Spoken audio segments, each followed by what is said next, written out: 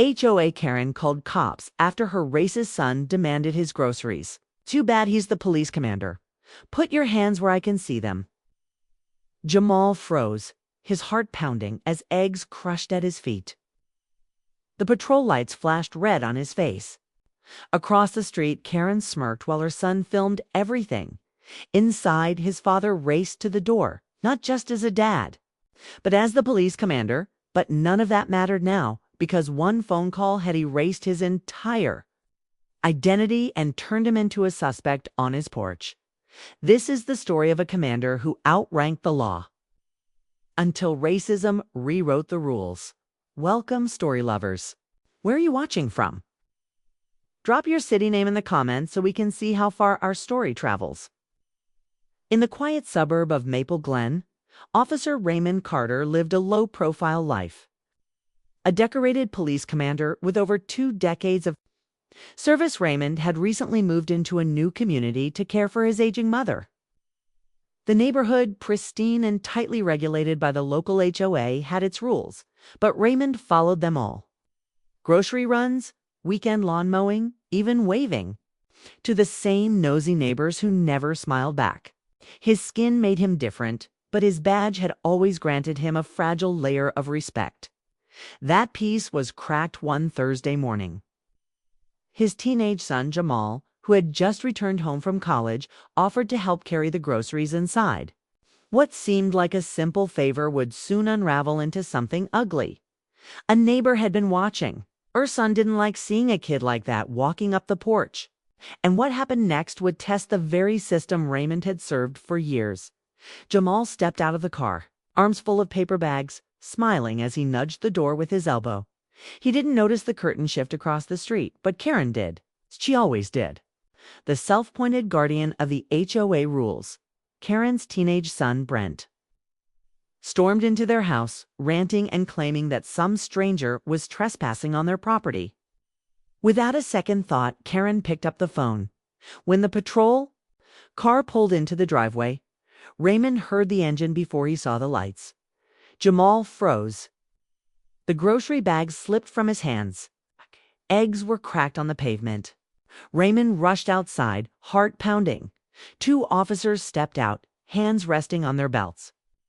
"We got a call about a suspicious individual entering this property," one said coldly. Raymond's uniform was inside, his ID, his badge, all out of reach. He raised his hands calmly, but his voice shook. "That's my son. This is my house." Karen appeared on the sidewalk, arms crossed, watching smugly. "He didn't belong here," she hissed. Her son, recording it all on his phone, shouted, "We're not safe with people like that sneaking around." The officers turned back toward Raymond, their posture tightening. In seconds, he saw the respect of his rank dissolve in their eyes, replaced by suspicion. He had trained men like them. He had written policies to prevent such moments. But in that moment, none of it mattered. Raymond's past couldn't protect him, and Jamal's future now hung in the balance. Raymond stepped forward, voice trembling but firm. "I am Commander Raymond Carter, badge number 8712. This is my residence." One of the officers paused, recognition flashing across his face, but the other, younger one, drew closer to Jamal, hands where I can see them. Jamal, eyes wide, whispered, "Dad, then." Raymond did something he never thought he'd do. He raised his voice. "You point a weapon at my son, and you'll answer to internal affairs and me." That stopped everything. The older officer stepped in, ordering his partner to stand down. Brent stopped filming, and Karen turned pale. "Inda!" Silence that followed. Jamal slowly picked up the groceries. But Raymond knew no badge could protect him from the truth. To them, in that moment, he had just been another black man. Not a commander. Not a neighbor. Just a problem. Dear audience, if you're enjoying this story, please don't forget to give it a like. It helps. Raymond filed a formal complaint the next day. The HOA reprimanded Karen and Brent for inciting false reports. But the deeper wound couldn't be documented. Raymond's son, once inspired to follow in his father's footsteps, now questioned the entire system. The story spread across local media. Some praised Raymond's restraint. Others exposed the quiet racism woven into places like Maple Glen. But Raymond wasn't looking for praise. He just wanted his son to feel safe walking to his front door.